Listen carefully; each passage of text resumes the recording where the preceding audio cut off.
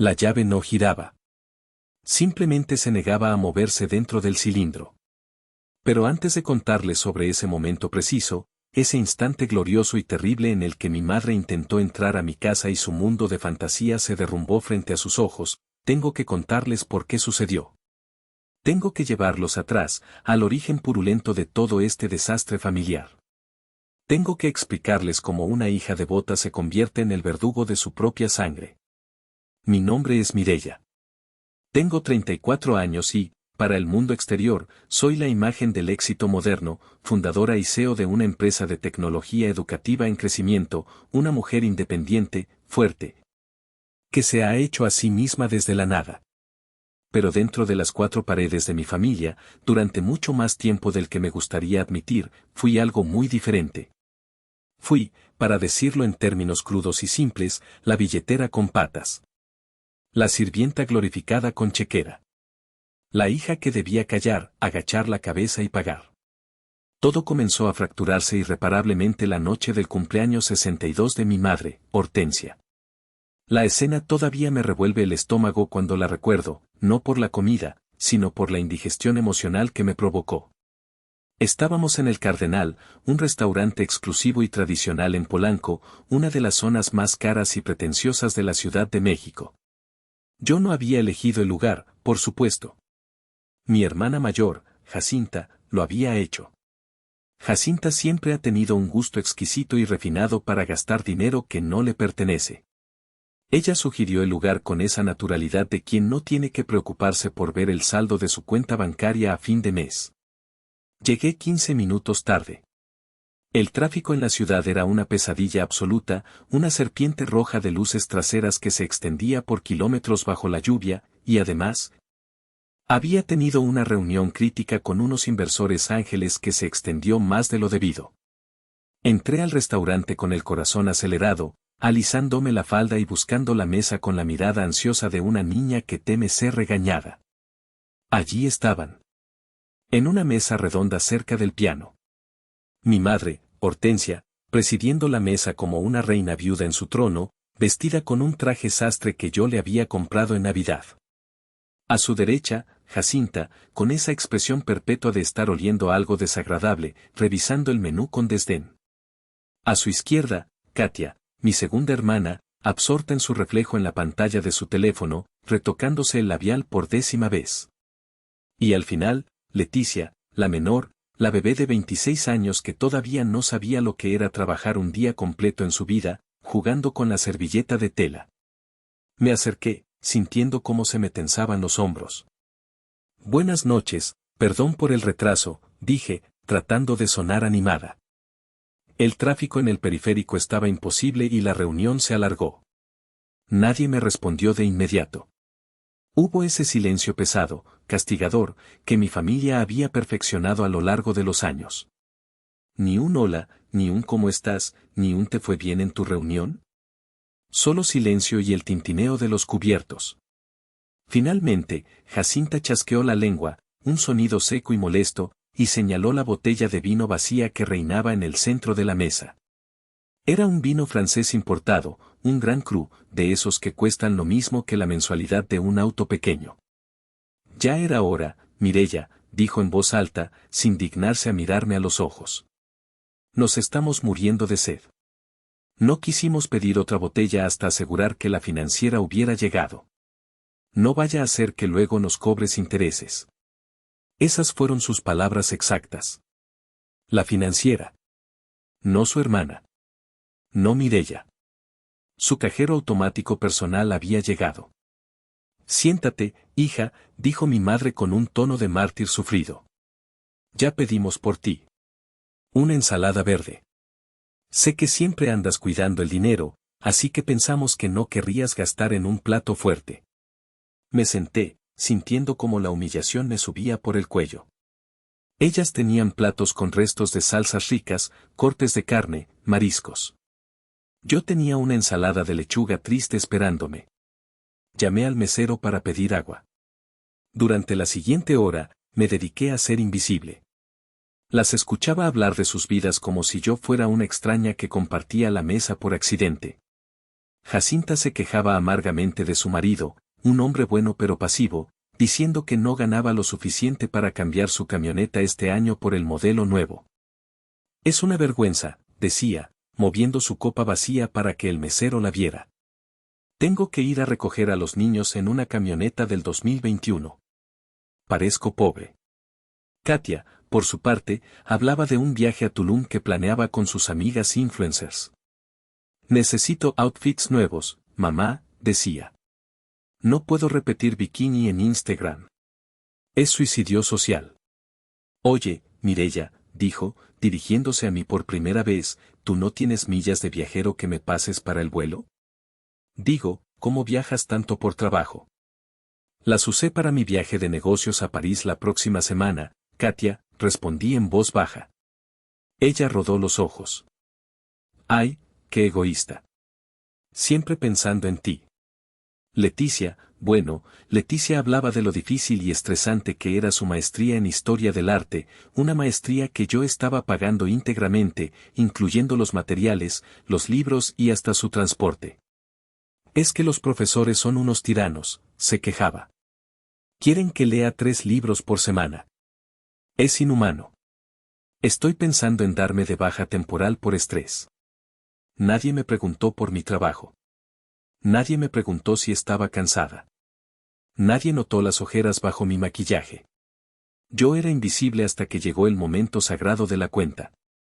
El mesero, un hombre mayor y discreto, trajo la carpeta de piel negra y la depositó suavemente en el centro de la mesa, como si fuera una bomba sin detonar. Hubo un movimiento sincronizado, casi coreográfico. Mi madre, mis 3 hermanas, todas cruzaron los brazos, miraron hacia el techo, hacia el baño, o hacia sus uñas. Ninguna hizo siquiera el amago de buscar su bolso. El aire se volvió denso. Suspiré. Era el ritual de siempre. La danza de las parásitas. Abrí la carpeta. La cifra final me hizo sentir un hueco en el estómago. Casi 16,000 pesos por una sola cena. Habían pedido postres, cafés irlandeses, digestivos, 2 botellas de vino caro. Sentí un golpe de calor en la cara. Miré a mi madre. Ella me devolvió la mirada con esos ojos acuosos que solían hacerme sentir pequeña y culpable desde que era niña. ¿Pasa algo, hija? Preguntó con inocencia fingida. No me digas que vas a hacer un escándalo por el precio. Es mi cumpleaños. Un hijo agradecido no debería poner precio al amor de una madre. Tu padre nunca me hubiera negado nada. Mencionó a mi padre.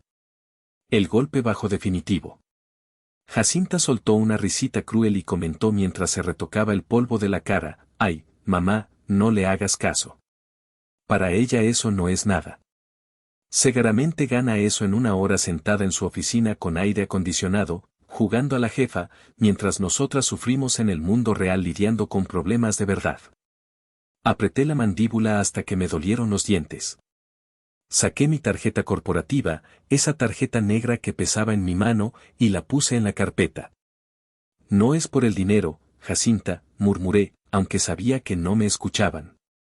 Mientras firmaba el recibo, algo dentro de mí se rompió. No fue un estallido ruidoso. Fue un clic silencioso, como una cuerda de violín que se rompe por demasiada tensión. Miré sus rostros iluminados por la luz tenue del restaurante. Estaban sonrientes, saciadas, con las mejillas sonrosadas por el alcohol que yo había pagado. Y me di cuenta, con una claridad aterradora, de que no veía amor en esa mesa. Veía depredadores. Veía sanguijuelas que habían aprendido a drenarme con una sonrisa. Y me pregunté, por primera vez con tanta seriedad, ¿hasta cuándo, Mireya? ¿Hasta cuándo vas a permitir que te devoren viva? Para que entiendan por qué una mujer adulta y capaz como yo soportó este abuso durante décadas, tienen que entender el miedo. El miedo profundo, irracional y paralizante a fallarle a un muerto.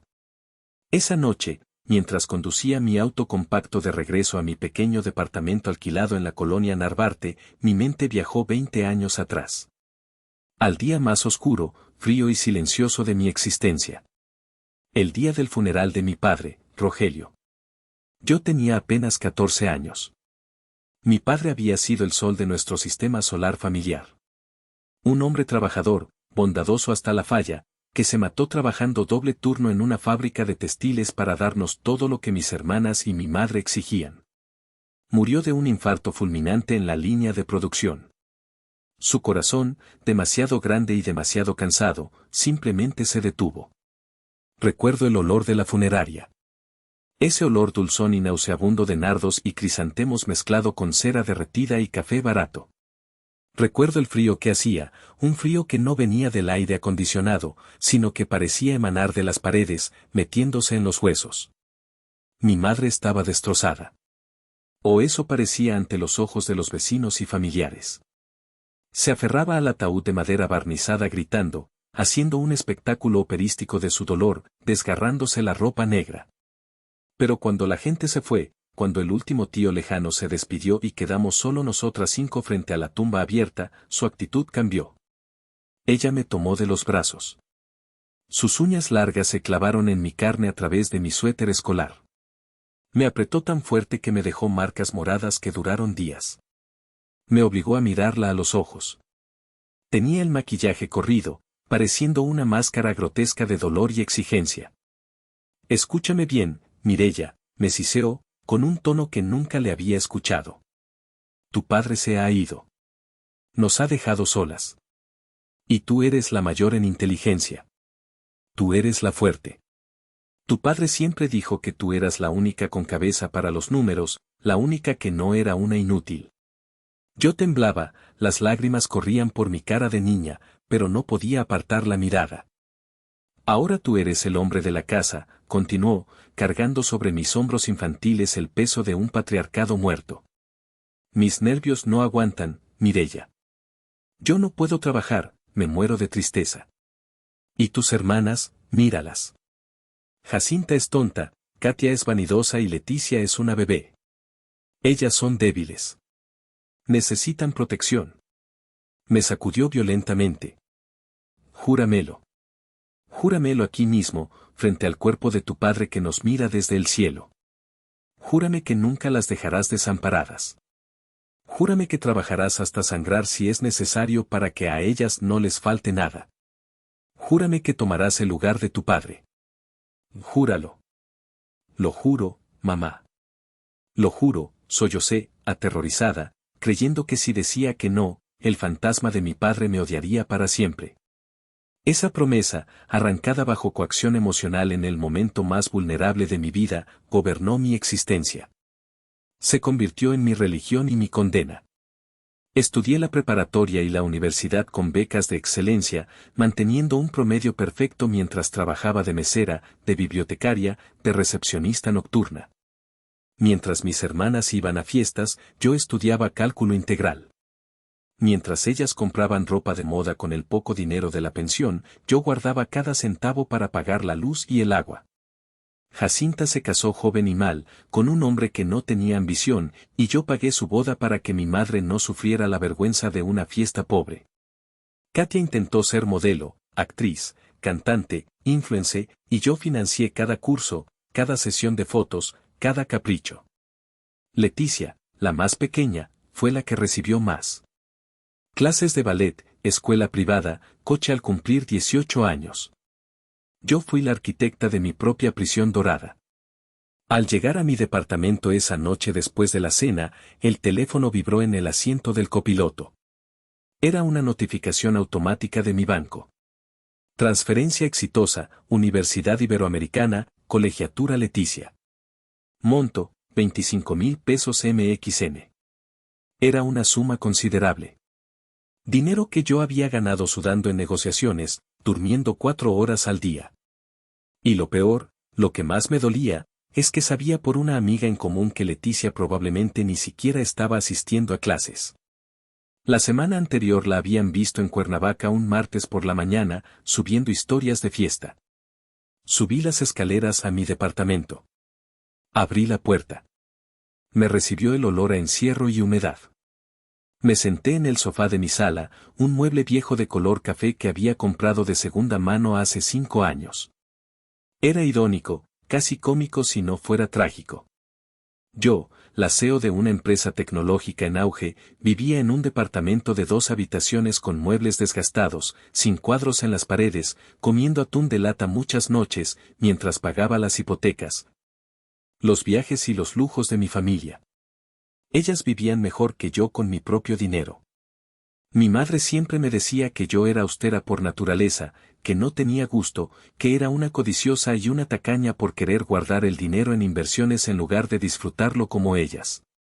Pero no era codicia. Era terror. Terror puro y duro a volver a ser pobre. Terror a que el negocio fallara un día y no pudiera cumplir mi promesa. Terror a fallarle a papá. Pero esa noche, en la oscuridad de mi sala, la ira comenzó a desplazar al miedo. Pensé en la cara de suficiencia de Jacinta. Pensé en la indiferencia de mi madre ante mi cansancio. Y entonces, una sonrisa pequeña, casi clandestina, apareció en mi rostro. Pensé en mi secreto. Porque yo tenía un secreto. Uno grande. Uno hecho de concreto, cristal y acero. Durante los últimos 2 años, había estado construyendo mi escape. No les había dicho ni una palabra. Sabía que si se enteraban, encontrarían la manera de arruinarlo, de invadirlo, de apropiarse de él. Había comprado un terreno grande en Bosques de Niebla, una zona tranquila, lejos del ruido, rodeada de árboles. Y había construido la casa de mis sueños. Mañana iría a verla. Estaba lista. Solo faltaban los detalles finales. Y por primera vez en mi vida, sentí que estaba haciendo algo solo para mí, un acto de rebelión silenciosa contra el fantasma de mi padre y la tiranía de mi madre. Lo que no sabía era que mi madre, con su instinto sobrenatural de depredadora, ya olía que la presa se estaba escapando. No sabía que la trampa ya estaba puesta y yo estaba a punto de caminar directo hacia ella. A la mañana siguiente, me levanté antes de que saliera el sol. Me vestí con ropa cómoda, tomé un termo de café fuerte y conduje hacia mi refugio. El camino hacia la zona de Bosques de Niebla era mi terapia. A medida que el smog y el caos de la ciudad quedaban atrás y el verde intenso de los árboles comenzaba a dominar el paisaje, sentía que mis pulmones se expandían por primera vez en la semana. Cuando llegué a la calle cerrada y vi la casa al final del camino, detuve el coche. Me quedé mirándola unos minutos, con el motor apagado, simplemente admirándola. Era hermosa. No era una mansión barroca, llena de columnas falsas y dorados excesivos como las que le gustaban a mi madre, que siempre confundía la elegancia con la ostentación. No, mi casa era moderna, minimalista, una oda a la luz y al espacio. La fachada era de piedra volcánica gris y madera de tsalam. Grandes ventanales de piso a techo permitían que la luz natural inundara cada rincón, borrando la línea entre el interior y el exterior. Tenía un jardín inmenso, diseñado por un paisajista amigo mío para ser un ecosistema autosustentable, con plantas nativas, lavanda, romero y un pequeño estanque zen donde planeaba tener peces koi. Bajé del coche y caminé hacia la entrada. El aire olía a pino y tierra mojada. El olor a pintura fresca y madera nueva me recibió al abrir la puerta. Era el olor del éxito. Pero no del éxito que se mide en la cuenta bancaria para presumir, sino del éxito de haber sobrevivido, de haber construido un santuario donde nadie pudiera gritarme. Entré. Mis pasos resonaban en el piso de mármol travertino color crema. Recorrí la sala principal, imaginando dónde pondría mi sofá, uno nuevo, de cuero italiano, cómodo, solo para mí. Imaginé las tardes de domingo leyendo un libro, con una copa de vino, sin que el teléfono sonara para pedirme dinero para unas uñas acrílicas o para pagar una multa de tráfico de Leticia. Subí a la planta alta, acariciando el barandal de cristal templado. El dormitorio principal era mi joya. Tenía una vista espectacular hacia el valle boscoso. El baño tenía una tina profunda, estilo japonés, y una regadera de lluvia. Había diseñado esta casa pensando en cada una de mis necesidades, en cada uno de mis deseos reprimidos durante décadas de austeridad forzada. Había 3 habitaciones más. Las había diseñado pensando en tener un estudio de grabación para mis podcasts, un gimnasio personal y una habitación de huéspedes para mis amigos o socios de negocios. Nunca, ni en mis peores pesadillas, las diseñé pensando en mis hermanas. Esas habitaciones eran para mi crecimiento, no para su estancamiento. Esta casa era inteligente. Una smart home de última generación. Todo estaba conectado a un servidor central. Las luces, las persianas automáticas, la climatización, el sistema de riego. Me encantaba la tecnología, era mi vida, mi negocio, y quería que mi hogar fuera un testimonio de ello. Mientras estaba en la terraza, respirando el aire puro y sintiéndome la dueña del mundo, sonó mi celular. El tono de llamada específico que tenía asignado para mi madre, la marcha imperial de Star Wars, una broma privada que solo yo entendía. Mi estómago se contrajo automáticamente. Era un reflejo condicionado pavloviano. Sonido de madre igual a dolor de estómago. Contesté, tratando de no sonar irritada. Hola. Mireya, hija, dijo ella. Su voz sonaba diferente. Débil, temblorosa, arrastrando las palabras como si le costara respirar. ¿Qué pasa, mamá? Pregunté, la alarma encendiéndose en mi cerebro de hija responsable. Me siento muy mal, mi vida. Tengo mareos muy fuertes, el pecho me aprieta. El médico vino a verme y dice que es la presión, que estoy al límite. Dice que mi corazón está cansado de tanto sufrir. La culpa, esa vieja amiga tóxica, me golpeó en el pecho. ¿Ya tomaste tus medicinas? ¿Qué más te dijo el doctor? Que necesito reposo absoluto. Cero estrés. Que no puedo tener disgustos. Y hizo una pausa dramática, que necesito estar cerca de un hospital bueno. Hija, tú sabes que mi casa está muy lejos de la zona de hospitales en el sur. Si me da un infarto con este tráfico, me muero en la ambulancia. Tengo mucho miedo, hija. No quiero morirme todavía. Hablamos un rato más. Ella lloró un poco. Mencionó lo mucho que extrañaba a mi padre y cómo él la cuidaba. Me manipuló con la maestría de una actriz de la época de oro del cine mexicano. Y entonces, cuando yo ya estaba ablandada por el miedo a perderla, dejó caer la bomba. Hija, sé que te vas a ir de viaje pronto a Europa. Ese viaje de negocios del que hablaste en la cena. Sí, mamá. Me voy en una semana. Es un mes. Tengo que cerrar el contrato en París y luego tomaré unos días en Italia. Qué bueno, mi cielo, te lo mereces tanto. Oye, he estado pensando. Ahora que te mudas a esa casa nueva en Bosques, se detuvo, esperando mi reacción. Me helé. Sentí un escalofrío. ¿Cómo sabes de la casa nueva? No le he dicho a nadie. Ay, hija, las madres lo saben todo. Una amiga de la iglesia te vio entrar al fraccionamiento hace meses y me contó. Dicen que es preciosa. Pero no te preocupes, no quiero nada, no soy una interesada. Solo, pensaba. Ya que te vas y la casa se queda sola y vacía, y está a solo 10 minutos del hospital de cardiología, ¿podrías dejarme una llave? El silencio en la línea fue espeso. ¿Una llave? Repetí, estúpidamente. Solo por si acaso, mi amor. Solo por si me da un infarto y necesito esperar la ambulancia en un lugar seguro y cercano, en lugar de morirme en el tráfico. Solo para emergencias médicas de vida o muerte. Te lo juro por la memoria sagrada de tu padre. No tocaré nada. Dormiré en el suelo si es necesario. Solo quiero sentirme segura. Dudé. Cada célula de mi cuerpo, cada instinto de supervivencia gritaba, no. Es una trampa. Pero la imagen de mi madre muriendo sola en la calle por mi egoísmo me paralizó. Era el jaque mate perfecto. Usar su salud y la memoria de papá. Está bien, mamá, dije, sintiéndome derrotada, como si acabara de perder una batalla sin haber sacado la espada. Pero es solo para emergencias extremas. Nadie más puede entrar. Ni mis hermanas, ni nadie. Claro, mi amor, claro. Eres una buena hija. Una santa. Tu padre estaría tan orgulloso de ti. Esa frase. Tu padre estaría orgulloso. Fue el sello de mi sentencia. Le prometí que le llevaría una llave antes de irme. No sabía que al entregarle ese pequeño pedazo de metal dentado, estaba entregando las llaves de mi propia destrucción.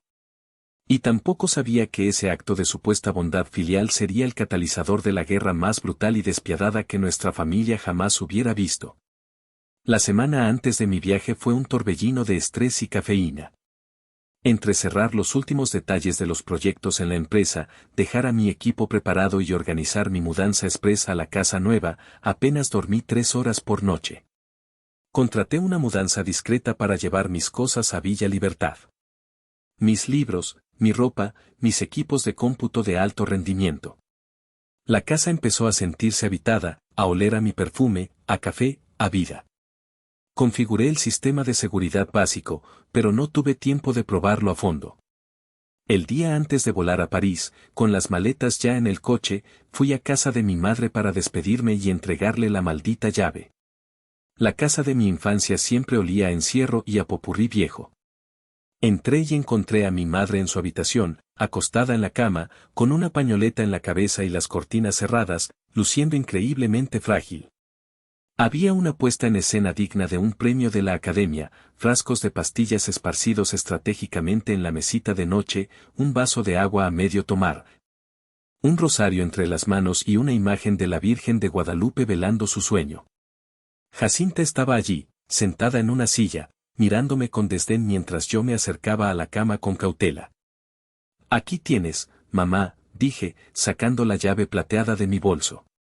Tengo que aclarar algo importante, la puerta principal de mi casa tenía una cerradura inteligente de alta seguridad, un modelo híbrido que funcionaba con código, app y huella digital. Pero, por redundancia y seguridad, el fabricante incluía un cilindro mecánico oculto bajo una tapa magnética, para emergencias en caso de fallo eléctrico total. Esa era la llave que le estaba dando. Una llave física, tradicional, que anulaba la electrónica si se usaba. «Gracias, hija», dijo ella, tomando la llave con una rapidez y firmeza en los dedos que contrastaba sospechosamente con su supuesta debilidad mortal. «Dios te bendiga. Vete tranquila a Europa. Yo solo la usaré si siento que la muerte me viene a buscar». Miré a Jacinta. Ella miraba la llave en manos de mi madre con un brillo en los ojos que no me gustó nada. Era codicia pura, destilada. «¿Tú no te vas a despedir?», le pregunté a mi hermana. Ella se limó una uña imaginaria. «Que te diviertas gastando el dinero de la familia en Europa», dijo con sarcasmo venenoso. «Tráenos algo bonito, no vayas a hacer coda y traigas llaveros de 1 euro. Es mi dinero, Jacinta. Yo lo trabajé. Y no voy a traer llaveros. Voy a trabajar». «Sí, sí, lo que digas. Vete ya, que cansas a mamá con tu presencia. Necesita reposo». Salí de esa casa con un sabor metálico en la boca, una presión en el pecho que no se iba con respiraciones profundas.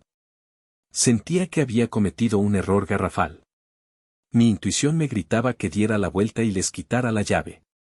Pero mi vuelo salía en 4 horas y no tenía tiempo para dramas ni arrepentimientos. Me dije a mí misma que estaba siendo paranoica. Que mi madre, por muy manipuladora que fuera, no sería capaz de hacer nada grave en mi casa. Al fin y al cabo, era mi propiedad legal, escriturada ante notario. Me subí al avión de Air France rumbo a París. Mientras despegábamos y veía las luces de la Ciudad de México hacerse pequeñas y distantes, intenté dejar atrás la culpa y el miedo. Iba a estar 1 mes fuera. 1 mes entero para mí.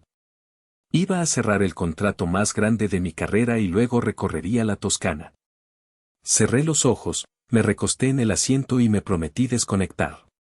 Tomé mi celular y, por primera vez en 10 años, hice algo radical, silencié el grupo de WhatsApp de la familia llamado La Sagrada Familia. Lo puse en silenciar por siempre. Sentí una pequeña liberación al hacerlo, como si me quitara una mochila de piedras. No quería saber de dramas, de dinero, de enfermedades imaginarias ni de culpas. No sabía que mientras yo cruzaba el océano Atlántico, en tierra firme, la enferma Hortensia se levantaba de la cama con una energía milagrosa, tirando el rosario a un lado. No sabía que Jacinta ya estaba llamando a Katia y a Leticia con una sonrisa triunfal.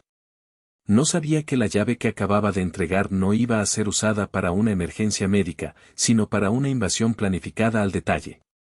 Ellas no veían esa llave como un acceso de emergencia. La veían como un cetro de poder. La veían como la escrituración de facto de mi propiedad a su nombre. Mientras yo dormía a 10.000 metros de altura sobre el océano oscuro, ellas ya estaban sacando cajas. Y no empacaban ropa para una visita de fin de semana. Empacaban sus vidas enteras para apoderarse de la mía. El plan estaba en marcha, la maquinaria de la traición se había aceitado, y yo volaba, ingenua y confiada, hacia el ojo del huracán que cambiaría mi vida para siempre. París en primavera es un cliché, lo sé, pero es un cliché hermoso por una razón. Los primeros días de mi viaje fueron como despertar de un coma largo y gris. El aire era fresco, la comida tenía sabor, los colores eran más brillantes. Y lo más importante, nadie, absolutamente nadie, me pedía dinero. Me alojé en un hotel boutique pequeño pero elegante cerca del barrio de Le Marais. Por las mañanas, me ponía mi mejor traje y me iba a las oficinas de mis socios europeos en la Défense. Eran profesionales, puntuales, respetuosos. Valoraban mi inteligencia, mis estrategias, mi visión de mercado. No valoraban mi capacidad de firmar cheques para cubrir errores ajenos. Por primera vez en mucho tiempo, me sentí vista como Mireya la empresaria, no como Mireya la proveedora. Por las tardes, caminaba. Caminaba hasta que me dolían los pies y se me enfriaba la nariz. Visitaba museos pequeños, me sentaba en cafés a leer libros que no tenían nada que ver con negocios, comía crepas en la calle manchándome los dedos de chocolate. Lo más extraño, lo que me costó más trabajo asimilar, era el silencio de mi teléfono. Estaba acostumbrada, condicionada como un perro de Pavlov, a recibir entre 10 y 20 mensajes diarios de mi familia. Quejas sobre el clima, peticiones de dinero, dramas con los vecinos, fotos de cosas que querían que les comprara. Pero ahora, al haber silenciado el grupo, mi teléfono estaba tranquilo. Y lo curioso, lo verdaderamente inquietante, es que nadie me escribía por privado. Ni un mensaje directo de mi madre preguntando si había llegado bien o si ya había comido. Ni un mensaje de Leticia preguntando por algún regalo de moda. Ni un reclamo de Jacinta. Al principio, en mi ingenuidad, lo tomé como una bendición. Pensé, finalmente están madurando. Finalmente están respetando mi espacio y mi tiempo. Qué ilusa fui. Qué estúpidamente ilusa. Ese silencio no era respeto. Era el silencio de los ladrones que no quieren despertar al dueño de la casa mientras vacían la caja fuerte. Era el silencio de la conspiración. Era la calma tensa antes del tsunami. Pasaron 2 semanas. La negociación con los inversores franceses fue dura pero fructífera. Cerré el trato un martes por la tarde. Fue un éxito rotundo que duplicaría el valor de mi empresa en un año. Me sentí poderosa. Me sentí invencible. Decidí celebrar con una cena para mí sola en un restaurante con vista a la Torre Eiffel. Pedí champán caro. Brindé por Mireya, la mujer libre. Esa noche, de regreso al hotel, un poco mareada por las burbujas y la felicidad, sentí una punzada de inquietud. Era demasiado silencio. Entré a mi habitación, me quité los zapatos de tacón y me serví un vaso de agua del grifo. Miré mi teléfono sobre la mesita de noche. La luz de notificación parpadeaba. Había un mensaje de Jacinta, pero no en el grupo, sino directo. Lo abrí con recelo. Oye, transfiéreme 5.000 pesos para el súper, que mamá necesita sus medicinas especiales, esas alemanas que toma, y no tenemos efectivo porque el cajero se tragó mi tarjeta. La audacia me hizo reír con amargura en la soledad de mi habitación parisina. Ni un hola. Ni un felicidades por tu viaje. Solo la demanda. La mentira obvia del cajero automático. No le contesté. No le transferí. Bloqueé la pantalla y me fui a dormir con una sonrisa rebelde, pensando que estaba ganando la batalla al ignorarlas, al poner límites por primera vez. No sabía que ellas ya habían ganado la guerra en mi propio terreno. No sabía que mientras yo dormía entre sábanas de hilo egipcio en París soñando con mi futuro, mis sábanas en México estaban siendo arrancadas de mi cama para ser usadas por cuerpos que no eran el mío. Fue el martes de mi tercera semana. Ya había dejado París y estaba en Roma. El calor italiano era diferente, más pasional, más caótico. Estaba sentada en los escalones cerca de la Fontana di Trevi, comiendo un gelato de pistacho y observando a los turistas lanzar monedas, cuando mi teléfono comenzó a vibrar con una videollamada de WhatsApp. Miré la pantalla. Era Yolanda. Yolanda es mi prima hermana, hija de la hermana menor de mi padre. Ella es la oveja negra de la familia, pero en el buen sentido, en el sentido en que yo también lo era. Es la única que trabaja duro de verdad, es enfermera en un hospital público, hace turnos dobles, y es la única familiar que nunca, jamás, me ha pedido un centavo prestado. Siempre nos hemos llevado bien, compartiendo esa complicidad de las sobrevivientes, aunque la familia de mi madre la trata con desprecio clasista por ser pobre y honesta. Contesté, sorprendida y alegre. Hola, Yoli. ¡Qué milagro! ¿Cómo estás? Estoy en Roma, es precioso, tienes que venir algún día. La cara de Yolanda apareció en la pantalla y mi sonrisa se congeló instantáneamente. No estaba sonriendo. Estaba pálida, con los ojos muy abiertos, llenos de pánico. Estaba sentada dentro de su coche pequeño, con el cinturón de seguridad puesto. Parecía que acababa de ver un accidente mortal. Mireya, cállate y escúchame, me interrumpió sin preámbulos. Su voz temblaba. Necesito que me digas la verdad y que seas directa. ¿Vendiste tu casa nueva? ¿Se la regalaste a tu mamá y a las chicas? El helado se me resbaló de la mano y cayó sobre mis zapatos de piel, manchándolos de verde, pero ni siquiera lo sentí. ¿De qué hablas, Yolanda? Claro que no. Es mi casa. Solo le dejé una llave a mi madre por emergencias médicas. Nadie debe estar ahí. Yolanda se llevó la mano a la boca, horrorizada. Sus ojos se llenaron de lágrimas. ¡Ay, Dios mío, Mireya! Lo siento tanto. Tienes que ver esto. Estoy estacionada frente a tu casa en Bosques. Pasé de casualidad porque tomé un atajo para evitar el tráfico camino al hospital y vi movimiento. Pensé que habías vuelto antes de Europa y quise saludarte. Pero, esto no eres tú. Giró la cámara de su celular hacia el parabrisas. La imagen pixelada y temblorosa que vi a través de la pantalla me heló la sangre más que el hielo de mi gelato derretido. Ahí estaba mi casa. Villa Libertad. Mi santuario. Pero en la entrada de adoquín gris había un camión de mudanzas. No uno profesional y limpio como el que yo usé. Era uno de esos camiones viejos, rojos y destartalados, de redilas. Y bajando del camión, vi algo que conocía muy bien y que odiaba con toda mi alma, el sofá de terciopelo rojo, viejo, raído y manchado de vino, que había estado en la sala de Jacinta durante 10 años. ¿Qué están haciendo? Susurré, sintiendo que me faltaba el aire, como si alguien me hubiera golpeado en el estómago. Se están mudando, prima, dijo Yolanda, volviendo a enfocar su cara, que ahora mostraba una mezcla de furia y pena. Están metiendo todo. Vi a Katia dirigiendo a los cargadores con un cigarro en la mano. Vi a tu mamá dando órdenes en el jardín sobre dónde poner unas macetas horribles. Mireya, están tirando tus cosas. ¿Qué? Mi voz salió como un chillido agudo. Vi bolsas negras de basura grandes en la banqueta. Algunas estaban abiertas. Vi libros. Vi tu ropa. Creo que están vaciando la casa de tus cosas para meter las suyas. El mundo se detuvo. El ruido de los turistas en Roma, el agua de la fuente, las risas, todo se apagó. Solo escuchaba el latido furioso y doloroso de mi corazón en mis oídos. Boom, boom, boom. No puede ser, balbuceé, negando con la cabeza. Mi madre juró. Ella juró por la memoria de papá, esa mujer no tiene memoria ni vergüenza, Mireya, dijo Yolanda con dureza. Tienes que hacer algo. Se ven muy cómodas. Como si fueran las dueñas legítimas. Se ríen. Están celebrando. Colgamos después de que ella me prometió enviarme fotos como evidencia. Un segundo después, llegaron las fotos a mi WhatsApp. Eran claras, brutales.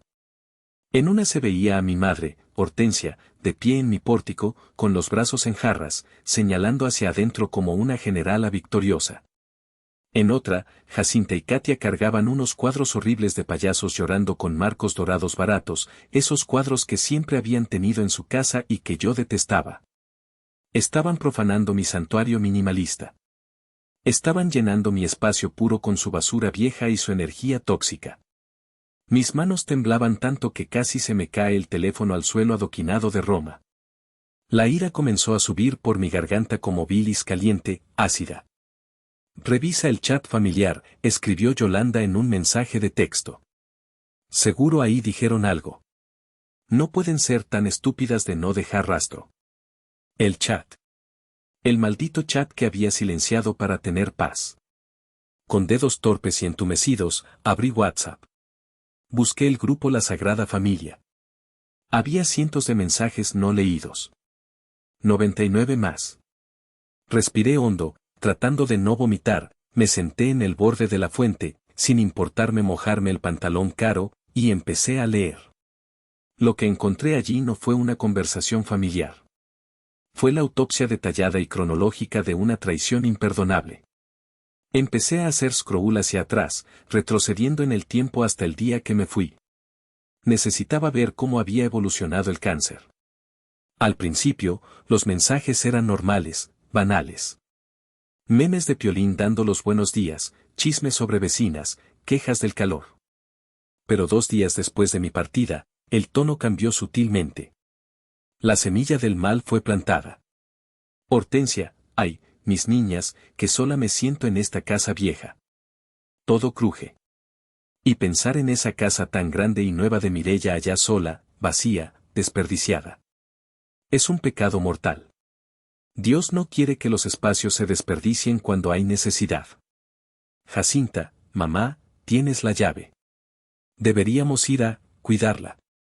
Ya sabes, abrir las ventanas para que se ventile, sacudir el polvo.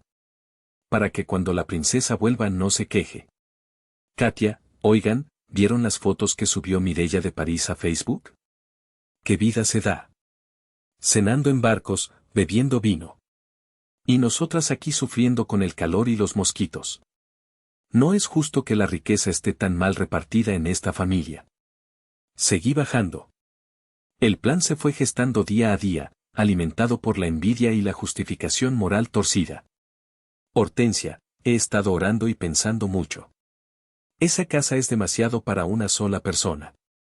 Mireya nunca está, siempre trabaja o viaja. Ella es solo un cajero automático para la familia, su deber sagrado es proveer. Nosotras somos 4. Necesitamos ese espacio más que ella. Es lógica pura. Leticia, ¿creen que se enoje si nos quedamos unos días a dormir? Mi cuarto aquí es muy pequeño. Jacinta, ¿enojarse? Somos su sangre. Somos su familia. Todo lo que es suyo es nuestro por derecho. Además, ella nos debe mucho. Mamá dio su vida y su salud por ella, la crió, la hizo quien es. Es hora de que pague. Y luego, la logística de la invasión. Fue brutal leerlo. Era como leer el plan de un robo, pero ejecutado por las personas que deberían protegerte. Hortensia, ya decidí. Es una señal de Dios. Nos mudamos el sábado. Cancelen el contrato de alquiler del departamento de Jacinta. Katia, dile a tu casera que te vas. Vamos a vivir todas juntas en la mansión. Es nuestro derecho divino vivir como merecemos. Luego vinieron los repartos. Como buitres repartiéndose un cadáver todavía caliente. Hortensia, yo me quedo con la habitación de abajo, la de huéspedes, para no subir escaleras con mis rodillas. Pero quiero que muevan la cama king size de Mireya ahí abajo, su colchón se ve muy caro y ortopédico, me servirá para la espalda. Jacinta, me pido la Master Suite. La de arriba. La que tiene vista al valle y el baño con tina. Necesito el sol para mis plantas y el espacio para mis hijos cuando vengan los fines de semana. Además, soy la mayor, me corresponde por jerarquía. Katia, no es justo, Jacinta. Bueno, yo quiero la que da al jardín. Es perfecta para grabar mis videos de TikTok, tiene buena luz natural. Ya vi dónde poner mi aro de luz. Leticia, yo me quedo con la del balcón. Oigan, ¿y dónde va a dormir Mireya cuando vuelva del viaje? La respuesta de mi madre a esa pregunta fue lo que terminó de matar cualquier rastro de amor, piedad o duda que me quedaba por ella. Fue la estocada final. Hortensia, ay, no se preocupen por eso, mis niñas. Ella casi nunca está en casa. Puede dormir en el sofá de la sala, es muy grande.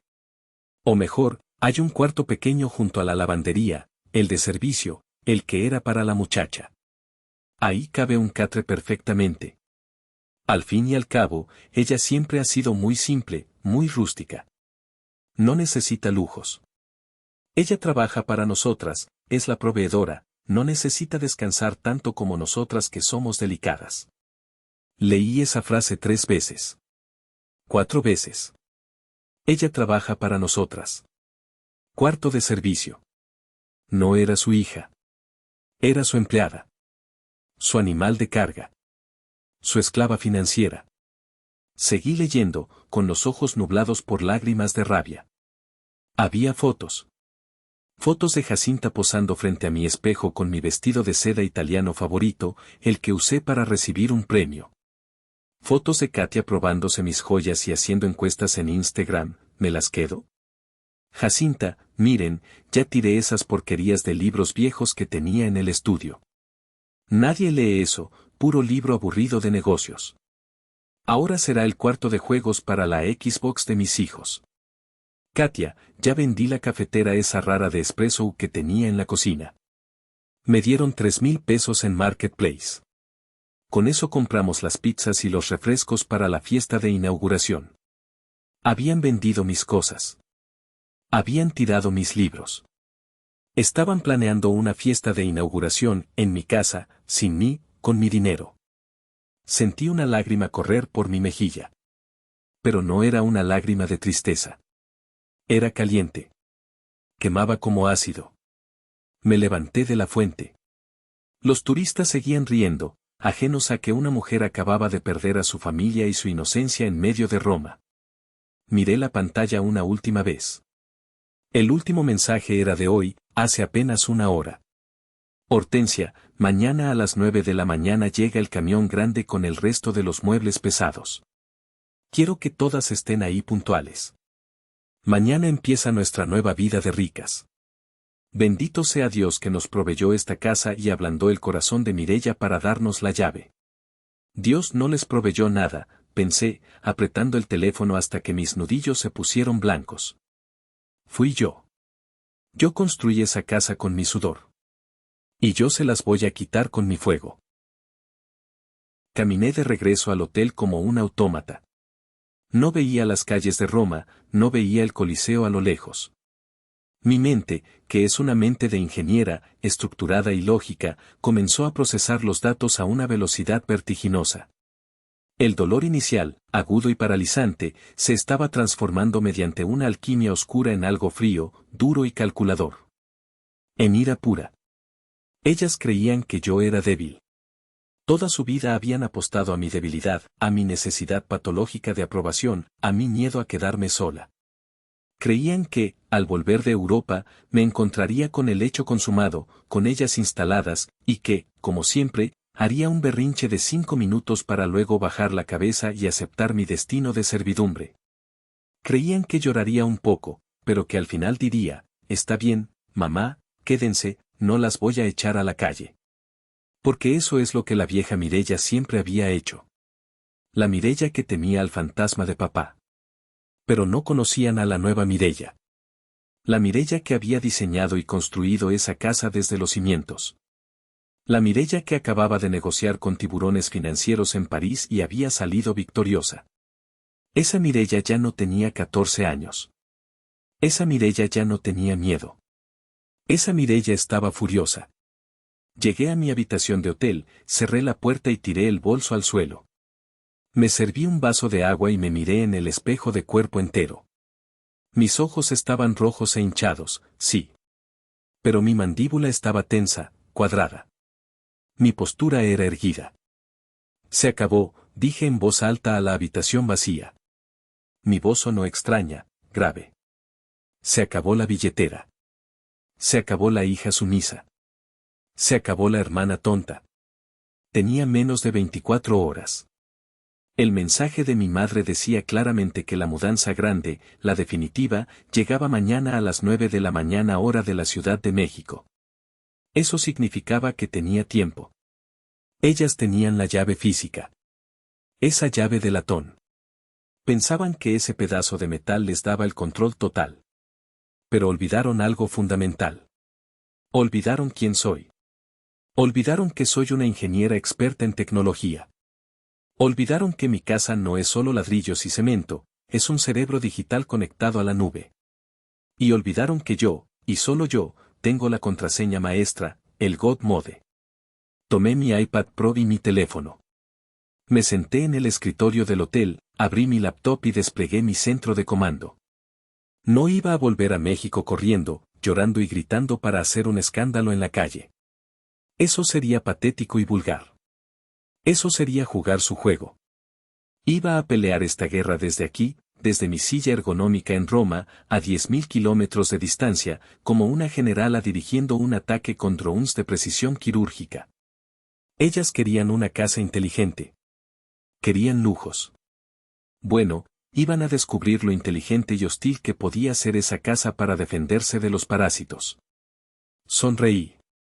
Una sonrisa que no llegó a mis ojos, una mueca de lobo. Era hora de hacer algunas llamadas. Era hora de despertar a la fortaleza. Lo primero era blindarme legalmente. Sabía perfectamente cómo operaba la mente retorcida de mi familia. Cuando las echara, su primer instinto no sería la vergüenza, sino el ataque. Me demandarían por abandono, por crueldad, o llamarían a la policía fingiendo ser víctimas de un despojo. Necesitaba un tiburón legal a mi lado. Marqué el número del licenciado Bernal. Él había manejado la compra de mi terreno, los permisos de construcción y algunos asuntos corporativos de mi empresa. Es un hombre de unos 55 años, seco, directo, cínico y sin un gramo de empatía innecesaria, lo cual lo hacía el aliado perfecto para esta carnicería. Licenciado, buenas tardes. Soy Mireya. Sé que es tarde allá en México, pero es una emergencia. Ingeniera Mireya, dígame. Para mis clientes que pagan puntualmente nunca es tarde, respondió con su voz rasposa de fumador. Le expliqué la situación. Sin adornos emocionales. Sin lloriqueos. Fui clínica. Mi madre y hermanas han invadido mi propiedad aprovechando mi ausencia y un engaño médico. Tienen una llave que les di bajo falsos pretextos. Mañana pretenden instalarse definitivamente con camiones de mudanza. Hubo un silencio breve al otro lado de la línea, seguido del sonido de un encendedor. Allanamiento de morada, abuso de confianza, posible robo si han vendido sus bienes, podemos tipificarlo de varias maneras, ingeniera, dijo Bernal. ¿Qué quiere que haga? ¿Quiere que envíe a la policía ahora mismo para sacarlas a rastras? Tengo contactos en la fiscalía. No, dije con frialdad. No quiero solo sacarlas. Quiero que sufran. Quiero que se den cuenta de que no tienen ningún poder sobre mí. Y quiero asegurarme de que legalmente no puedan tocar ni un ladrillo ni demandarme después. Bien, me gusta su estilo. Primero, necesito que me autorice a redactar un acta de hechos preventiva. Mañana a primera hora enviaré a un notario de mi confianza para dar fe del estado de la propiedad si es necesario. Pero lo más importante, Mireya, usted tiene pruebas irrefutables de que esa casa es 100% suya y que no hay ningún acuerdo de usufructo, donación o comodato firmado. Tengo las escrituras originales a mi nombre exclusivo, licenciado. Y tengo los chats de WhatsApp exportados donde admiten que están planeando esto a mis espaldas, admitiendo explícitamente que saben que la casa es mía y que están conspirando. Excelente. Esos chats son oro molido en un juzgado. Guárdelos en 3 nubes diferentes. Haga copias de seguridad. Mañana, si intentan entrar o quedarse, estarán cometiendo un delito flagrante. Si llega la policía, usted tiene todas las de ganar. Yo estaré atento al teléfono las 24 horas. Si las autoridades la contactan, póngalos conmigo inmediatamente. Yo seré su perro de ataque. Una cosa más, licenciado. Si ellas alegan que tienen derecho porque son familia, porque mi madre es una persona mayor, la ley no reconoce el derecho de ser parásito, ingeniera, ni el parentesco como excusa para el robo. En México la propiedad privada es sagrada. Si no hay contrato de arrendamiento, son invasoras.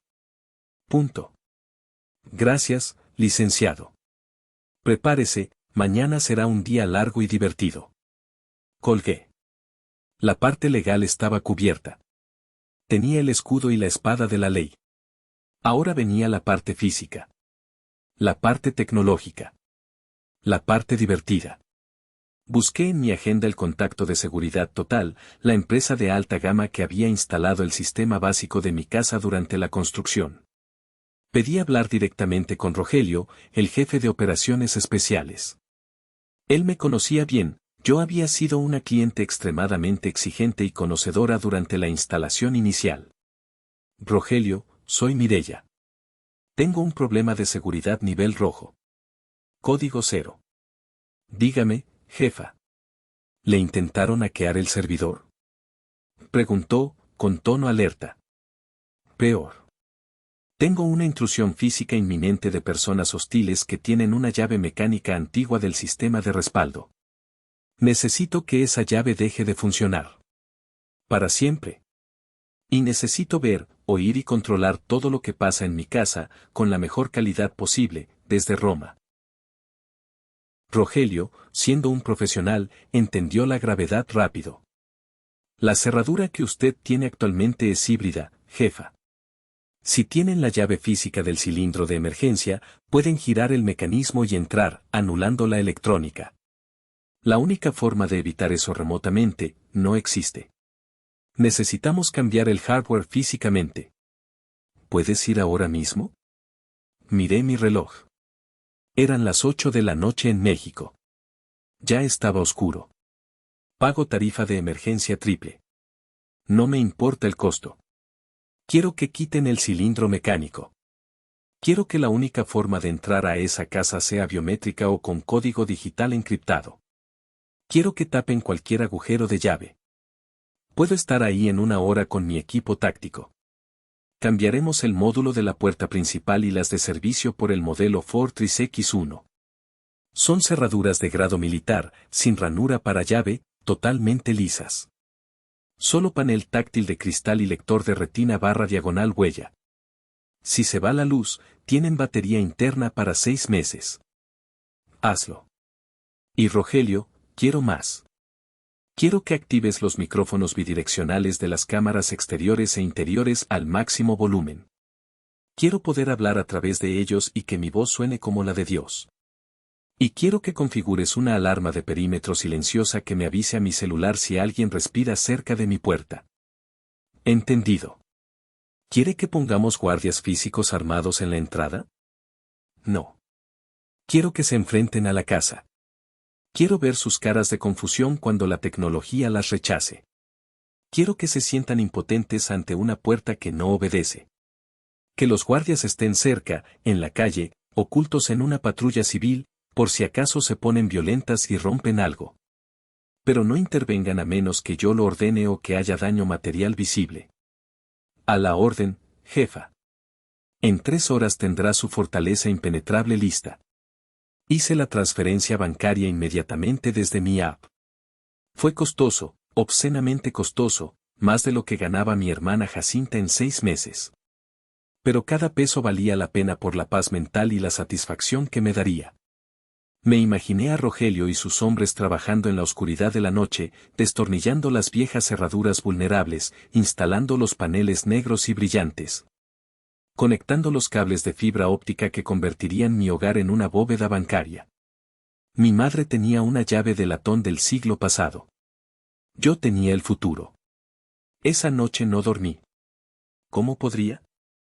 La adrenalina corría por mis venas sustituyendo a la sangre. Me quedé en mi habitación de hotel, con todas las luces apagadas, iluminada solo por el brillo azulado de la pantalla de mi iPad Pro de 12 pulgadas. A eso de las 2 de la mañana hora de México, 9 de la mañana en Roma, recibí un mensaje encriptado de Rogelio: trabajo terminado, jefa. Sistema Fortress en línea. Códigos reseteados. Usted tiene el control total desde la app. Nadie entra sin su permiso. Buenas noches. Abrí la aplicación de seguridad total. La pantalla se llenó de un mosaico de recuadros en vivo. Cámara 1, entrada principal. Cámara 2, jardín frontal. Cámara 3, sala de estar. Cámara 4, pasillo distribuidor. La imagen era nítida, en resolución 4K con visión nocturna infrarroja. Mi casa estaba en silencio absoluto. Se veía hermosa y fantasmal en la oscuridad, como un templo profanado esperando ser purificado. Pude ver, con un dolor agudo en el pecho, los estragos de la avanzada que habían hecho mis hermanas en los días previos. Había cajas de cartón baratas apiladas en mi sala de estar inmaculada, bloqueando el paso. El cuadro horrible de los payasos llorando estaba recargado contra mi pared de estuco veneciano, rayándola levemente. Había una bolsa de papas fritas abierta y grasienta sobre la isla de mi cocina de mármol de Carrara. Una botella de refresco a medio tomar sin posavasos sobre mi mesa de centro de nogal. Sentí asco físico. Era como ver una infección bacteriana propagándose por un cuerpo sano. Ellas ensuciaban todo lo que tocaban. Acerqué la imagen digitalmente a la puerta principal haciendo zoom. Allí estaba. La nueva cerradura instalada por Rogelio. Era hermosa. Un panel negro, liso, elegante, de cristal templado, con una luz LED azul tenue parpadeando rítmicamente. Parecía el ojo de un cíclope guardián, vigilando. Ya no había agujero. Ya no había donde meter ninguna llave sucia. Era una superficie impenetrable. Me levanté y fui al minibar. Saqué una botella pequeña de vino tinto y me la serví en una copa. Me senté en el sillón de terciopelo frente a la ventana, mirando las luces de Roma a lo lejos, pero mi mente estaba totalmente en México. Recordé todas las veces que mi madre me había hecho sentir culpable. Tu hermana necesita esto más que tú. Tú tienes mucho, comparte, no seas avara. La familia es lo primero, la sangre llama. Me di cuenta, con una lucidez dolorosa, de que ella nunca me había visto a mí. Nunca vio a Mireya la niña que quería un abrazo, o a Mireya la mujer que quería aprobación. Solo veía mi utilidad. Solo veía la leche que podía ordeñar de la vaca. Y mis hermanas. Jacinta, con su envidia corrosiva que disfrazaba de crítica constructiva. Katia, con su superficialidad vacía. Leticia, con su inutilidad aprendida y cultivada. Yo las había creado, en parte. Al darles todo, al resolverles cada problema con dinero, les había quitado la capacidad de valerse por sí mismas. Las había convertido en inválidas funcionales. Pero hoy, la lección de rehabilitación iba a ser dura. Iba a ser terapia de choque. Miré el reloj del iPad. Faltaban 4 horas para las 9 de la mañana de México.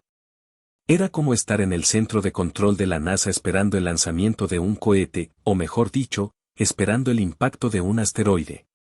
El asteroide de la realidad estaba a punto de chocar contra el planeta de fantasía narcisista de mi familia.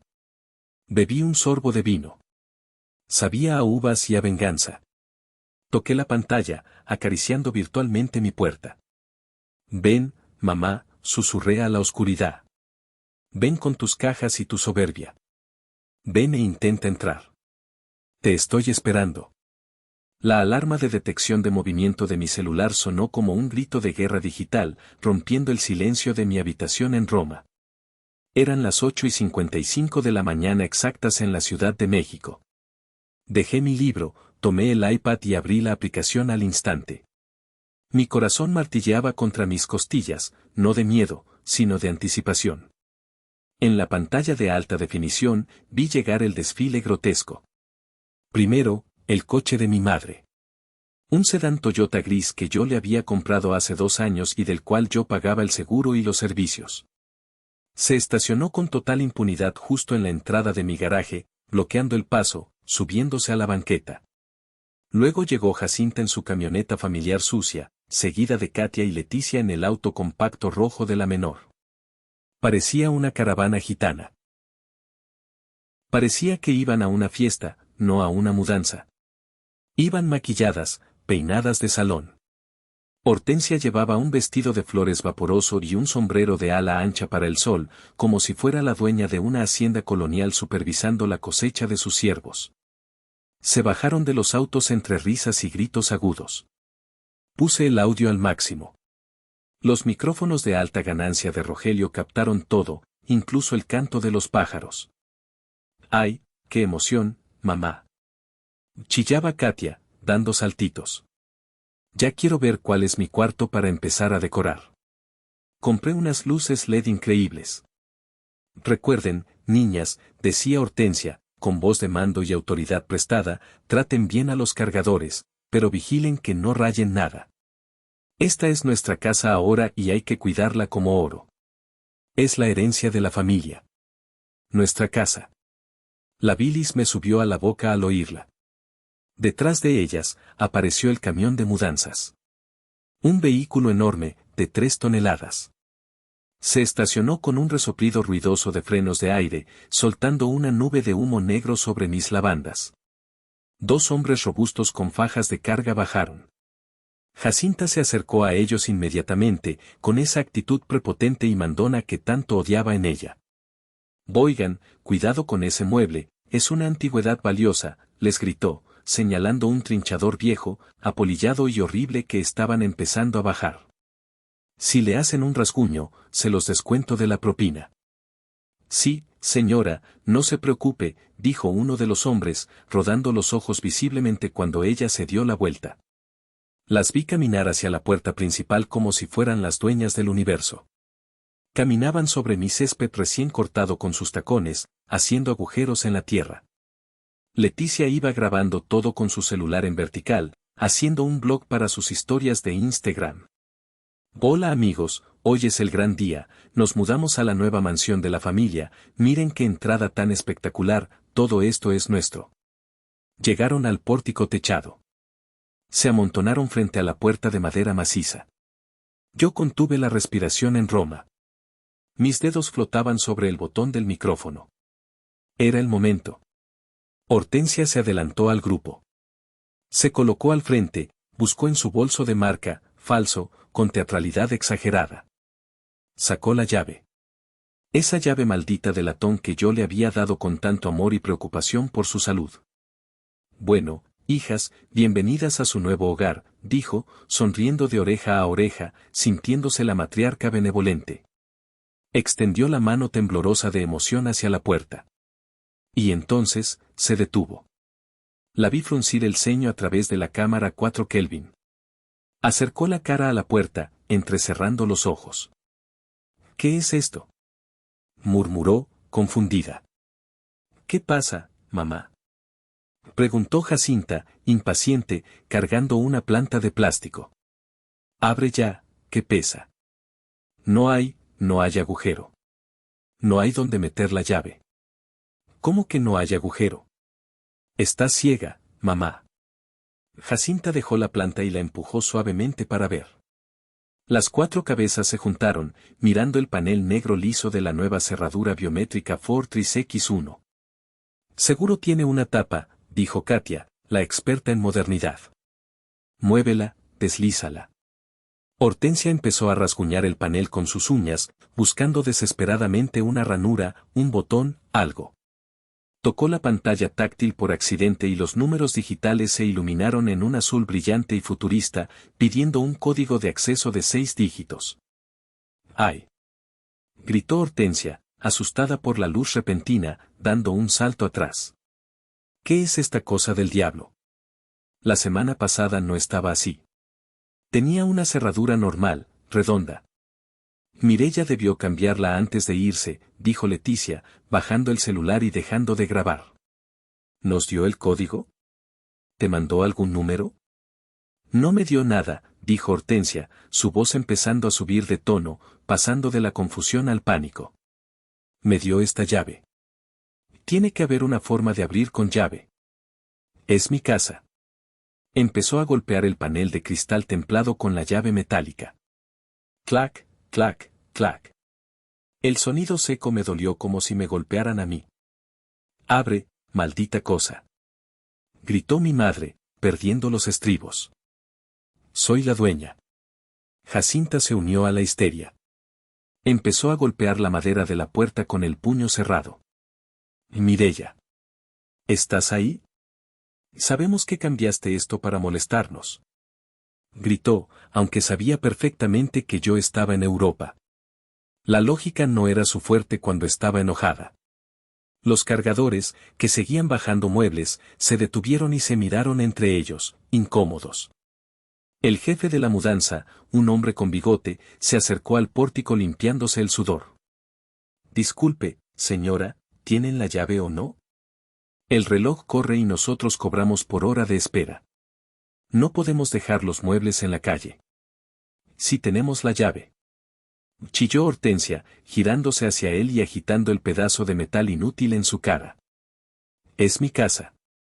Pero esta porquería tecnológica no sirve. Se trabó. Katia intentó poner un código al azar en el panel. 1, 2-3, 4-5, 6. La cerradura emitió un pitido grave y desagradable de error. Una luz roja parpadeó violentamente. Acceso denegado. Intruso detectado, dijo una voz robótica y sintética desde la puerta. Maldita sea. Jacinta le dio una patada a la parte baja de la puerta. Una patada a mi puerta de madera maciza de parota que me había costado una fortuna traer desde Guadalajara. Eso fue todo. Ver la suela de su zapato sucio golpear mi madera preciosa rompió mi última reserva de paciencia. Pulsé el botón del micrófono en mi iPad. Mi voz iba a salir por los altavoces ocultos de alta fidelidad en el techo del pórtico, amplificada, clara y omnipresente. Mi voz retumbó en la entrada como un trueno divino. El efecto fue instantáneo y satisfactorio. Las cuatro saltaron del susto como gatos escaldados. Hortensia se llevó la mano al pecho, soltando la llave, que cayó al suelo con un tintineo. Miraron hacia arriba, hacia los lados, girando sobre sí mismas, buscando de dónde venía la voz. ¿Quién? ¿Mireya? Preguntó mi madre, mirando al cielo, temblando, como si hablara con una aparición. ¿Dónde estás? Sí, mamá. Soy yo. No estoy en el cielo, estoy en Roma. Pero las estoy viendo. A las 4. Y veo su camión de basura estacionado en mi entrada. Hortensia recuperó la compostura rápidamente. Su cerebro calculador trabajó a 1000 por hora. Su tono cambió de miedo a esa voz melosa, chantajista y manipuladora que usaba siempre para conseguir lo que quería. Hija. Ay, qué susto nos diste, mi amor. Qué bueno que estás, conectada por internet. Oye, fíjate que hay un problema. La llave que me diste no sirve, creo que se descompuso la puerta. Tienes que abrirnos, mi vida. Ya llegó la mudanza y los hombres están esperando bajo el sol. Ábrenos el sistema, por favor. Me reí. Una risa seca y sin humor que salió por los altavoces. No voy a abrir nada, Hortensia, dije. La llamé por su nombre de pila. Nunca, en mis 34 años de vida, lo había hecho. Ella parpadeó, sorprendida por la falta de respeto. ¿Cómo que no vas a abrir? Hija, no seas grosera con tu madre. Soy yo. Venimos a cuidar tu casa, como quedamos. No vienen a cuidarla. Vienen a robársela. Vienen a invadirla. ¿De qué hablas? Intervino Jacinta, acercándose a la cámara de seguridad con odio en los ojos, señalándola con el dedo. No digas estupideces, Mireya. Somos tu familia. Vinimos a vivir juntas porque somos hermanas. Leí el chat, Jacinta, dije con calma glacial, disfrutando cada palabra. Leí todo. Sé que vendieron mis cosas. Sé que tiraron mis libros. Sé que se repartieron mis habitaciones como si fueran un pastel. La cajera automática, ¿verdad? Eso soy para ustedes. Mireya puede dormir en el cuarto de servicio. Hubo un silencio sepulcral. Se miraron entre ellas con pánico. Habían sido descubiertas. La máscara se había caído. Mireya, por favor, intentó Katia, con voz llorosa, tratando de arreglarlo. Fue una broma. Solo bromeábamos en el chat. Tú sabes que tenemos un humor negro. ¿Traer un camión de mudanzas de 3 toneladas es una broma? Pregunté. ¿Vender mi cafetera es una broma? Escúchenme bien, y escúchenme una sola vez. Tienen 5 minutos, contados a partir de ahora, para largarse de mi propiedad. Si en 5 minutos siguen ahí, voy a llamar a la policía. ¿No te atreverías?, gritó Hortensia, perdiendo totalmente la máscara de madre dulce. Su cara se contorsionó de ira pura y fea. Soy tu madre. Yo te di la vida, malagradecida. Esa casa es mía porque tú eres mía. Tengo derechos. Tengo derechos de sangre. No tienes ningún derecho. Esa casa está escriturada a mi nombre. Tú eres una invitada que abusó de la confianza. Y ahora, eres una intrusa, una criminal. Hortensia se giró hacia los cargadores, histérica. Rompan la puerta. Les ordenó, señalando la entrada. Rómpanla ahora mismo. Yo les pago el doble. Es mi casa y perdí la llave. Los cargadores dieron un paso atrás, levantando las manos en señal de rendición. Señora, nosotros no nos metemos en problemas legales. Si la dueña dice por el altavoz que nos vayamos, no vamos a tocar esa puerta. Eso es delito federal y allanamiento, dijo el jefe, firme. Cobardes. Poco hombres. Les escupió Jacinta. Entonces la rompo yo. Jacinta corrió hacia el jardín, agarró una piedra decorativa de río, pesada y gris, y se preparó para lanzarla contra el cristal lateral de la puerta. Jacinta, dije, mi voz bajando una octava, dura como el acero. Si tocas ese cristal con esa piedra, te juro por la tumba de papá que te demandaré por cada centavo que tienes y por los que no tienes. Te dejaré en la calle de verdad. Y tengo el video en 4K de tu cara intentando vandalizar propiedad privada ahora mismo. Sonríe para la cámara. Jacinta se congeló con la piedra en el aire, el brazo temblando. Dudó. Miró a la lente negra de la cámara. Vio la luz roja grabando. El miedo a la pobreza pudo más que su ira.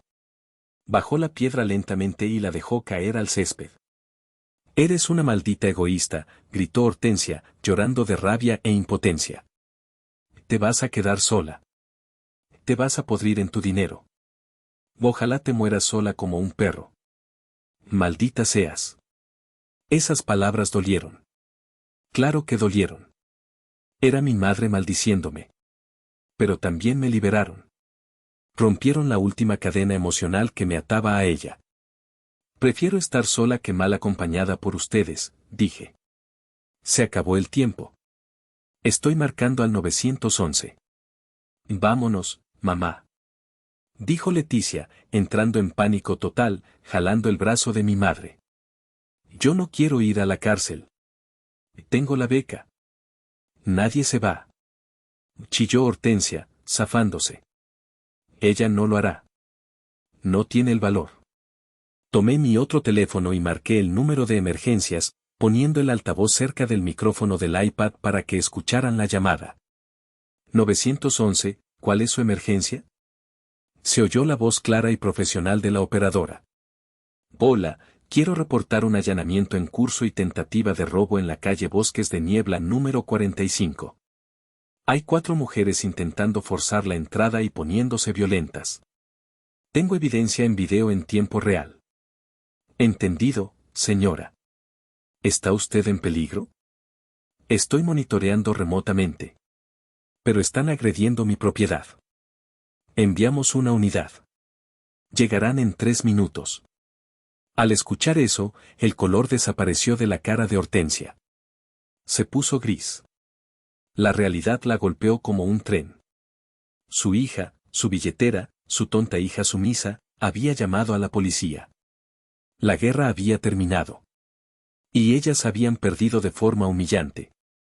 Los siguientes minutos fueron un caos delicioso, triste y patético a la vez. Los cargadores, hombres curtidos que sabían cuando una situación apestaba, no esperaron ni un segundo más. «Nos vamos, señora», dijo el jefe. «Y le vamos a cobrar el viaje completo». Subieron a la cabina del camión, arrancaron el motor diésel y se fueron, dejando una nube de humo. Pero no se llevaron las cosas de mis hermanas que ya habían bajado a la banqueta. Dejaron sillones viejos, cajas de cartón, bolsas negras de ropa y el horrible trinchador tirados en la acera frente a mi casa, como basura abandonada. «Esperen. ¿Y mis cosas?», gritó Jacinta corriendo tras el camión unos metros, agitando los brazos, pero fue inútil. A lo lejos, se empezaron a oír las sirenas. Guiu guiu guiu. El sonido se hacía más fuerte, cortando el aire fresco de la mañana. Leticia corrió a su coche rojo, se metió y cerró los seguros, escondiéndose bajo el volante. Katia lloraba sentada en una de las cajas de cartón, con el rímel corrido por toda la cara. Hortensia se quedó parada frente a la puerta, temblando de una mezcla de rabia y miedo. «Me las vas a pagar, Mireya», susurró a la cámara, con los ojos inyectados en sangre. «Te vas a arrepentir de humillar a tu madre. Dios te va a castigar». La patrulla llegó. Un Dodge Charger blanco y azul con las luces giratorias encendidas. 2 oficiales se bajaron con las manos cerca de sus armas, evaluando la escena. «¿Qué está pasando aquí?», preguntó uno de ellos, un oficial alto y moreno. Activé el micrófono de nuevo. «Oficial, buenos días. Soy Mireya, la propietaria de la casa. Estoy en la línea y monitoreando por las cámaras. Esas mujeres están invadiendo mi propiedad y se niegan a irse. Ya les pedí que se retiraran». El oficial miró hacia arriba, ubicando la cámara y el altavoz, y asintió. Luego miró a Hortensia. «Señora, ¿es esto cierto? ¿Tiene usted algún documento que acredite que puede estar aquí?». Hortensia intentó su última y desesperada carta. Se llevó la mano a la frente, puso los ojos en blanco y se dejó caer al suelo lentamente, fingiendo un desmayo o un infarto. «¡Ay! Mi corazón», gimió. «Me muero. Mi madre», gritó Jacinta, tirándose al suelo junto a ella. «La mataste, Mireya. Le dio un infarto por tu culpa». Suspiré. Era tan predecible que daba pena. «Oficial», dije con voz cansada. «La señora está fingiendo. Tengo video de ella hace 2 minutos intentando romper mi puerta con una piedra y gritando con pulmones perfectos. No tiene nada. Por favor, sáquenlas de mi propiedad». El oficial, que probablemente había visto este tipo de teatro 1000 veces, no se tragó la actuación. Se acercó a Hortensia pero no se agachó. «Señora, levántese. Si necesita una ambulancia la llamamos, pero si está fingiendo es obstrucción de la justicia y la puedo arrestar por alterar el orden. Y tienen que retirar todas estas cosas de la vía pública inmediatamente o llamaremos a servicios urbanos para que se las lleven al basurero municipal». Hortensia abrió un ojo. Al ver que el policía no le tenía lástima y que amenazaba con llevarse sus muebles, se produjo el milagro. Se levantó sacudiéndose el polvo del vestido, perfectamente sana. «Son unos brutos. Todos ustedes. Vámonos, hijas. No quiero estar cerca de esta casa maldita ni un minuto más. Esta casa está podrida». Empezaron a cargar lo que pudieron en sus coches particulares. Fue una escena patética. Metían la ropa a empujones en la cajuela del sedán, dejando muebles grandes en la calle porque no cabían. Empezó a lloviznar. Una lluvia fina y fría. El cielo gris de la Ciudad de México lloraba sobre sus sofás baratos y sus cajas de cartón que empezaban a mojarse y deshacerse. Finalmente, se fueron. La caravana de la derrota se alejó calle abajo. La patrulla se quedó un momento más para asegurarse. «Gracias, oficial», dije. «Le agradezco su servicio». «De nada, señorita».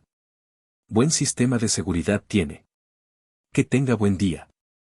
Cuando se fueron, me quedé mirando la pantalla en Roma. Mi entrada estaba llena de basura mojada. Pero mi casa, mi santuario, estaba intacto. Nadie había cruzado el umbral. La fortaleza había resistido. Pensé que ahí acabaría todo, que la vergüenza las haría esconderse.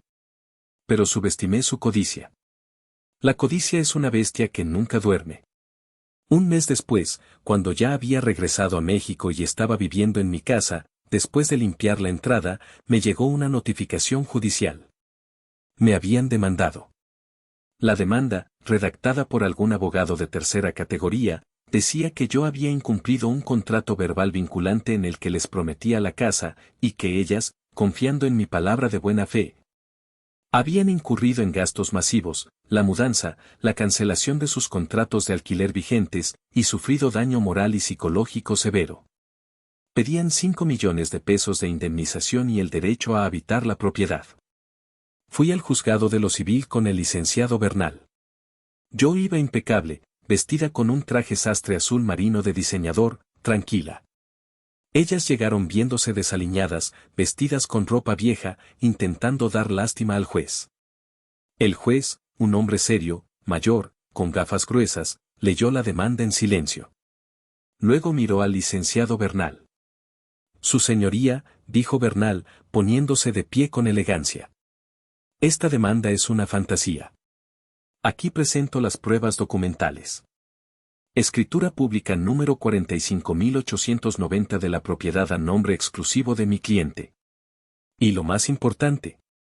Bernal sacó una carpeta gruesa.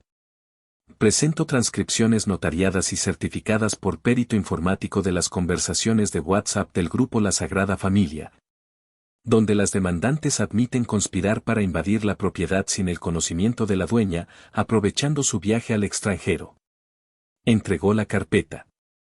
El juez leyó los chats. Pude ver cómo sus cejas se levantaban cada vez más alto al leer los insultos, los planes detallados, la forma en que me llamaban cajero automático y tonta. Miró a Hortensia por encima de sus gafas. Señora, ¿usted escribió esto? ¿Que su hija dormiría en el cuarto de servicio mientras usted ocupaba la recámara principal? Hortensia se puso roja, tartamudeó. Es que, era una forma de decir, nosotros la queremos mucho, era broma. Suficiente, dijo el juez, cerrando la carpeta y golpeando el mazo con fuerza. Esta demanda es no solo improcedente, es temeraria y de mala fe. Se desestima totalmente en todas sus partes. Y condeno a la parte actora a pagar todos los gastos legales y costas del juicio de la demandada. Salimos de la sala con la frente en alto. Jacinta lloraba en una banca del pasillo. Su marido le había pedido el divorcio esa semana al enterarse de las deudas que tenían y del escándalo. Katia había perdido casi todos sus seguidores en redes sociales cuando alguien, quizás Yolanda, filtró la historia anónimamente. Hortensia vivía ahora en un cuarto rentado en una zona fea de la ciudad, sola, porque nadie la soportaba. Me miraron al pasar. Sus ojos suplicaban. Esperaban que yo me detuviera. Que sacara la chequera. Que las perdonara. Que volviera a ser la Mireya tonta. No dije nada. Me puse mis lentes de sol, tomé del brazo al licenciado Bernal y seguí caminando hacia la salida, hacia la luz del sol. No sentí triunfo maligno. Solo sentí una paz inmensa y profunda. Esa noche, llegué a Villa Libertad.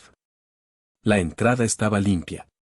Había contratado a un servicio especial para que se llevara toda la basura y muebles viejos que habían dejado hace un mes. El jardín estaba floreciendo, las lavandas olían increíble. Puse mi dedo índice en el lector biométrico de la puerta. La luz se puso verde instantáneamente y la puerta se abrió con un suave clic mecánico, dándome la bienvenida. Entré. El silencio me recibió. Pero esta vez, no era un silencio vacío ni solitario. Era un silencio lleno de posibilidades, de paz, de libertad. Caminé descalza por la sala. Me serví una copa de vino tinto y salí a la terraza. El aire de la noche era fresco. Miré las estrellas sobre el bosque. Me di cuenta de que había perdido a mi familia biológica, sí. Era una amputación dolorosa. Pero me había recuperado a mí misma. Había roto la maldición de mi padre. Había dejado de ser la guardiana de todos para ser, por primera vez, la guardiana de mi propia alma y de mi propio destino. Hortensia, Jacinta, Katia, Leticia, eran fantasmas del pasado que ya no tenían poder sobre mí. Yo era el presente. Bebí un sorbo de vino y sonreí, una sonrisa genuina que me llegó a los ojos. La vida, mi verdadera vida, acababa de empezar a los 34 años. Hospedé a Yolanda un par de semanas después en la habitación de huéspedes. Ella es la única familia que tiene el código de entrada a esta casa. Estamos planeando un viaje juntas el próximo año. A veces, en la soledad de la noche, me pregunto si fui demasiado dura. La sociedad, la cultura, las telenovelas nos dicen que a la madre se le perdona todo, que la sangre es sagrada. Pero yo he aprendido que la sangre solo es biología. La familia es lealtad. Y el perdón no puede existir sin un arrepentimiento genuino, y ellas nunca se arrepintieron de lastimarme, solo se arrepintieron de haber perdido mi dinero y de haber sido descubiertas. Algunos dirán que soy una mala hija. Otros dirán que soy una sobreviviente valiente.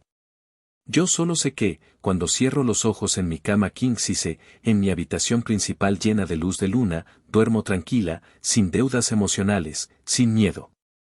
Y eso, amigos míos, no tiene precio. Y así termina mi historia, la historia de cómo recuperé mi vida. Fue el capítulo más difícil, pero también el más necesario. Ahora les pregunto a ustedes, mi querida audiencia, y quiero que sean honestos, ¿creen que hice lo correcto al dejarlas en la calle con sus cosas bajo la lluvia? ¿O debería haberles dado otra oportunidad por ser sangre de mi sangre? Déjenme su opinión sincera en los comentarios, los leo todos y respondo. Y si les gustó cómo defendí mi castillo y mi dignidad, por favor denle un gran like al video, suscríbanse al canal para más historias de justicia familiar. Y compartan esto con alguien que necesite escuchar que poner límites está bien. Hasta la próxima historia.